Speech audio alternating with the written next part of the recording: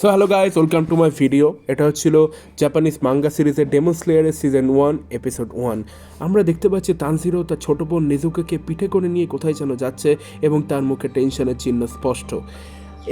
এই বলে আমরা ফ্ল্যাশব্যাকে চলে যাই। তাই সেখানে দেখতে পাই আমরা যে তার পরিবারকে সে ঘরে রেখে সে যাচ্ছিল বাজারের দিকে পিঠে কয়লা নিয়ে, এবং যাওয়ার সময় তার বোন নেজুকোর সাথে দেখা হয়ে যায়। পিঠে তার ছোট ভাই তাকে ঘরে যেতে বলে সে চলে যাচ্ছে বাজারের দিকে রওনা দিয়েছিল।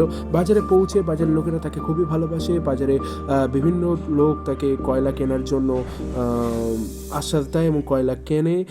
এর মধ্যেই দেখতে পায় এক দোকানের মালিক একটা বাচ্চা ছেলেকে মারছে এবং সে তানজিরোর কাছে এসে বলে যে দোকানের মালিক নাকি বলছে যে সে নাকি চুরি করেছে খাবার, কিন্তু তানজিরো তার সুপার নাক দিয়ে গন্ধ শুকে বলে আসলে সে চুরি করেনি।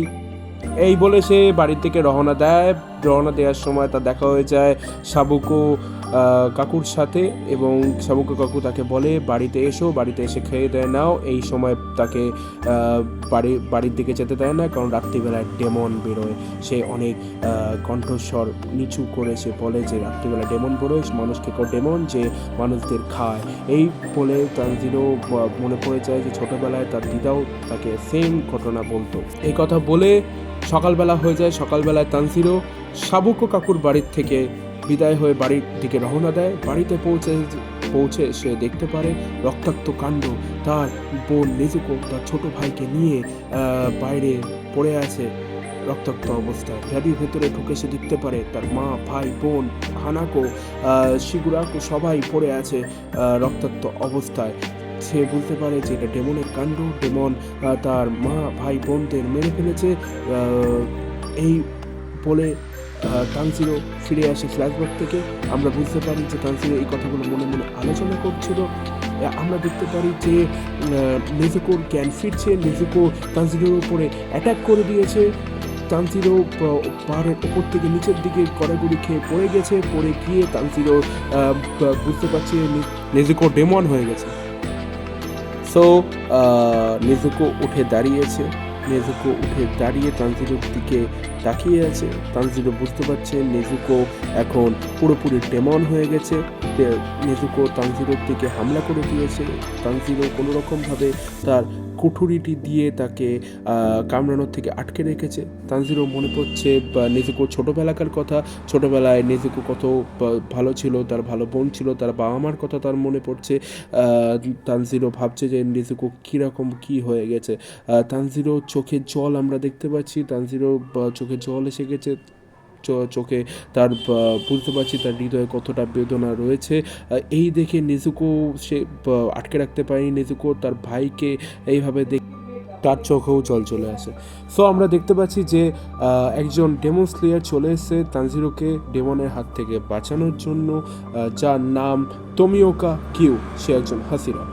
তানজিরো হাত থেকে গিউ ডেমনকে নিয়েছে। আসলে তখন সে জানতো না যে ডেমন হচ্ছিল তানজিরোর বোন। সে ডেমনকে বেঁধে রেখেছে এবং দেখা যাচ্ছে তানজিরো ডেমন কীরকম যেন একটা করছে, যার নাম নেজুকো কীরকম যেন একটা করছে। রাগে সে ফুঁসছে তার, কারণ তাকে ধরে রেখে দেওয়া হয়েছে। তানজিরো কিউর সাথে কথা বলছে যে প্লিজ ওকে মেরো না, কারণ ও আমার বোন। ও কোনো মানুষকে কোনো দিন খায়ও নি, ও কাউকে মারিও নি। প্লিজ ওকে মেরো না, কারণ ও মরে গেলে আমার কেউ নেই, ও মরে গেলে আমার জীবনে আর কেউ থাকবে না। প্লিজ ওকে মেরো না, ওকে ছেড়ে দাও।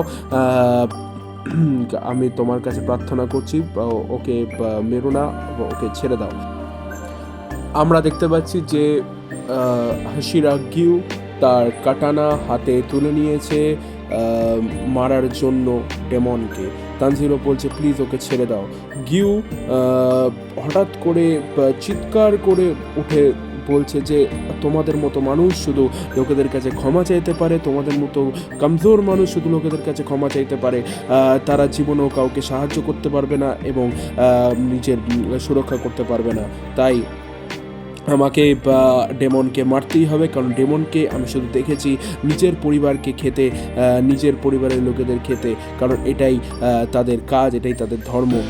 আমি ডেমনকে কোনো দিন ছাড়বো না। তুমি যদি চাও তো তুমি আমার কাছ থেকে ওকে ছিনিয়ে নিতে পারো, কিন্তু আমাকে প্রথমে হারাতে হবে। কাটানা তুলে নিয়ে তানজিরোর দিকে তাক করে গিউ সেটাই বলল, এবং তানজিরো মাথায় হঠাৎ করে গরম হয়ে গেল। তানজিরো ছুটতে ছুটতে গিউর দিকে পালালো। গিউর দিকে সে একটা ইট ছুড়ল। নেজুকো সেটা দেখে অবাক যে তানজিরো হঠাৎ করে এরকম সাহস এলো কোথার থেকে। গিউর দিকে সে তার কুলহাড়ি ছুঁড়ে মারলো, এবং গিউ একটা হাতের বাড়ি দিয়ে তানজিরোকে অজ্ঞান করে দিল। গিউ অবাক যে এই মতো ছেলের কি করে হঠাৎ করে এত চালাকি এলো, যে প্রথমে সে একটা পাথর ছুড়ল এবং বরফের ছাউনির বদলে তার কুঠুরিটাকে আকাশের দিকে ছুঁড়ে মারলো যাতে গিউর দিকে গিয়ে লাগে, কিন্তু গিউ সেটা প্রথমেই বুঝে যায় এবং তানজিরোকে মেরে অজ্ঞান করে দেয়। এটা দেখে নেজিগুর মাথাও গরম হয়ে গেল। তার ভাইকে বাঁচানোর জন্য সে গিউর দিকে প্রাণপণে আক্রমণ করতে থাকলো। গিউ ভাবলো যে ডেমনরা শুধু মানুষকে খায়, কিন্তু এই ডেমন একদমই আলাদা, সে তার ভাইকে বাঁচানোর জন্য যা খুশি তাই করতে পারে। নেজুকোকে সে একটা বাড়ি মেরে অজ্ঞান করে দেয়, এবং তানজিরো আমরা দেখতে পাই যে তানজিরো স্বপ্নের মধ্যে তার মা এবং ভাই বোনদের দেখছে। তানজিরো হঠাৎ করে জ্ঞান ফিরে যায়, সামনে দেখতে পায় যে নেজুকো আকার ছোট হয়ে গিয়ে বাচ্চাদের মতো করে শুয়ে আছে, এবং তার মুখে একটি পাইপ বেঁধে দিয়েছে হাসিরা কিউ বলে যে তোমার জ্ঞান ফিরল। তুমি সাগিরি পর্বতের নিচে উরোকো দা সাকনজি নামে এক বয়স্ক ভদ্রলোক থাকে, তুমি তার সাথে গিয়ে দেখা করবে, বলবে আমি পাঠিয়েছি। এই বলে সে চলে যায়, এবং তানজিরো বাড়ি চলে আসে। বাড়িতে তার সবাইকে কবর দিয়ে তার ছোট বোন নেজুকোকে নিয়ে সাগিরি পর্বতের দিকে রওনা দেয়, এবং ভাবে যে আমি আমার বোনকে ঠিক করে তবেই বাড়ির দিকে ফিরবো, না হলে বাড়িতে ফিরবো না। যদি ভালো লেগে থাকে তাহলে লাইক কমেন্ট করে দিও, এবং এই চ্যানেলেই আরও পার্ট আসবে।